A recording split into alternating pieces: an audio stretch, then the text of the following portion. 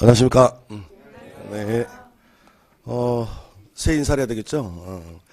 2023년 새가 밝았는데, 목이 왜 이러지? 떨려서 일어나 또? 우황초실 먹어야 돼, 또 이거? 올 한 해 하시는 일 잘 되기를 바라겠고요.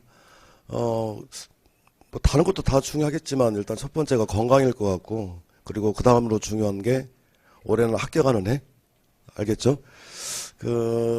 다른 거 없고요. 올해 2023년에 이렇게 제가 새해를 보면서 느끼는 게 하나 있었는데, 항상 보면 다짐을 해요. 새해가 되면, 나 이렇게 할 거야, 이렇게 할 거야, 이렇게 할 거야. 그런데 매년 강의를 하는 사람 입장에서 똑같은 생각을 합니다. 그래서 제 강의를 들으신 모든 분들이 민법 때문에 뭐 힘들어하고 이것 때문에 뭐 낭패를 봤다, 이런 건 없도록 하자. 그래서 제 강의를 듣는 모든 분들이 민법 때문에 합격했다는 소리를 꼭 듣고 싶습니다. 그렇게 하도록 노력을 할 거고요. 그래서 저도 열심히 노력할 테니까 여러분들도 저를 따라서 따라오시면 되겠습니다. 아무튼 새해 복 많이 받으세요. 네. 뭐 새해 복 많이 받으라고? 줘봐 빨리. 그래. 주면서 얘기를 해야지. 주지도 않으면서. 자, 그건 그렇고요.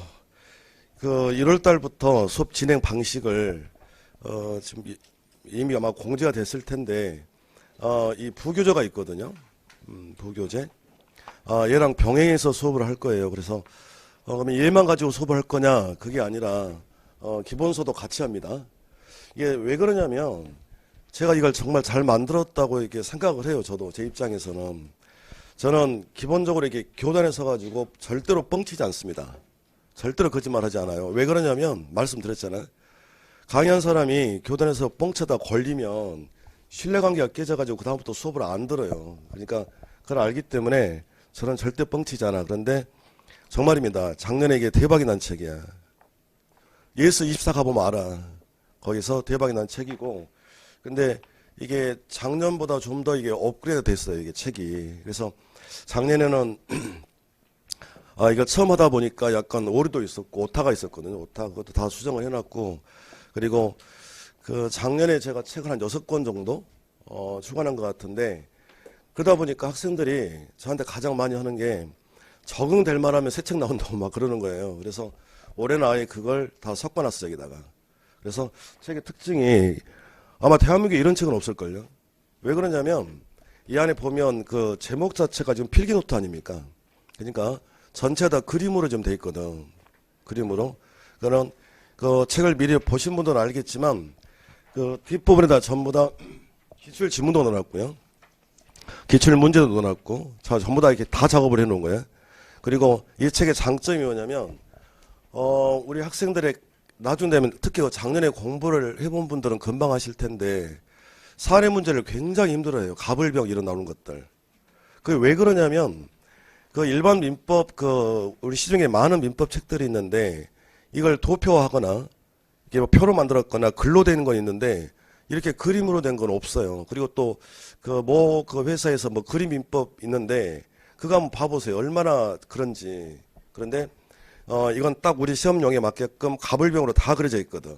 그러니까 이 책을 이렇게 계속 보다가 보면 아마 사례 문제, 작년에 저한테 수업을 들은 학생들이 그 말도 하시더라고요. 사례 문제가 굉장히 힘들다 한다. 그런데 이 강의 노트를 보게 되면 강의 노트 자체가 가불병으로 되어 있잖아요. 전부 다 그림으로. 이렇게.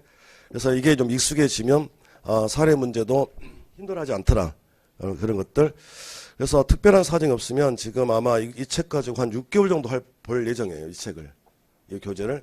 그래서 다른 건 없고 이걸 손에 계속 가지고 다니면서 이게 익숙해져야 될 때까지 보시는 게 가장 좋다. 이 책을. 알겠죠? 그런데 제가 잘 만들었다고 잘 만들었는데 이걸 보고도 이해가 안 될 수 있잖아요. 사실은. 이걸 가지고. 그래서 그럴 때 이건 이제 약간 요약 형식이고 그러다 보니까 이해가 안 되면 기본서를 가지고 이제 활용을 하시면 돼요. 그래서 기본서를 병행해서 보시면 되겠다. 그래서 강의 진행은 1, 2월 달에는 이걸 병행해서 쓸 거고요. 3월 달 들어가면 온리 얘만 쓸 거예요. 무슨 말 알겠죠? 자, 그래서 다시 그 책을 보시면 알겠지만 곳곳에다 제가 암기 코드를 붙여놨거든요. 그래서 이 책이 아직 이 책이 끝나기 전 혹은 좀 익숙해졌다. 그럼 이 책에 나와 있는 이 필기노트 여기에 암기 코드가 별도로 다 붙여져 있는데 그것만 별도로 해서 100개를 뽑아놨습니다. 암기 코드 100개. 그래서 그것까지 같이 하면 아마 마스가 될 것 같아요. 그래서 그 암기 코드 하기 전까지 이걸 좀 같이 보셨으면 좋겠다. 아시겠죠? 좀 무겁더라도 같이 이게 가지고 다니세요. 아니 무겁지는 않겠구나. 사물에 넣고 다니죠. 그러니까 이게 좀 억울해 죽겠어. 이 필기노트는 이게 어둠의 자식인가 봐.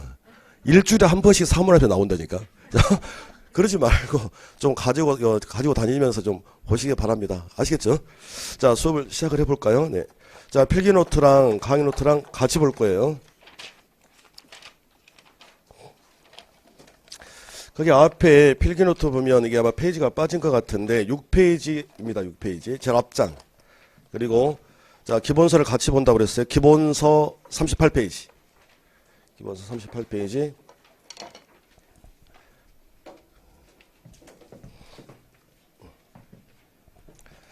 자, 시작해보죠. 자, 제가 담당하는 과목은 민법이고요. 1차 과목에 해당합니다. 1차 과목 민법하고 이제 부동산 학개론이 있는데, 뭐, 각설하고 오리엔테이션 하지 않겠습니다. 각설하고 아무튼 공인중개사 시험에서 합격하려면 민법 해야 된다. 이거 하지 않고는 합격할 수 없어요. 그리고, 그 정도 중요한 과목이 민법이고, 아하. 진짜 중요한 걸 알았구나. 제 이름이 뭐죠? 네, 제 이름은 민법 강의하는 이승현이라고 합니다. 자, 민법 시작할게요. 자, 민법은 뭐야? 그랬더니 사람과 사람 사이에서 일어날 수 있는 모든 법률 관계를 규율하는 법을 우리가 민법이라고 그래요. 민법. 그러면 사람과 사람 사이에서 법률 관계라고 그랬는데 우리가 사람을 대할 때는요, 둘 중에 하나입니다. 인간관계가 형성이 될 수도 있고 법률 관계가 형성이 될 수도 있는데 둘 중에 하나예요.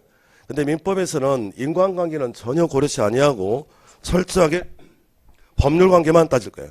법률관계. 그러면 우리는 뭘 법률관계를 하냐 그랬더니 자, 권리와 의무관계를 우리가 법률관계라고 그래요. 하나씩 설명해 드릴게요. 이걸 따질 건데 도대체 민법이 법률관계를 따지는 거래. 권리 의무래. 그런데 자, 민법은 어떻게 지금 구성이 되어 있냐면 이렇게 되어 있습니다. 하나씩 볼까요? 자, 민법 총칙은 잠시 보류하시고 자, 물권법 그래요. 자, 물건에 대해서 두 사람 사이에서 권리 의무가 발생이 됐다. 이걸 규율하는 법을 물권법이라고 그래. 예를 들어서 내가 집을 가지고 있는데 그 집을 세를 줬다. 그러면 집주인과 세입자 사이에서 권리 의무 관계. 그 아파트를 해볼까요? 아파트라고 하는 물건 때문에 권리 의무가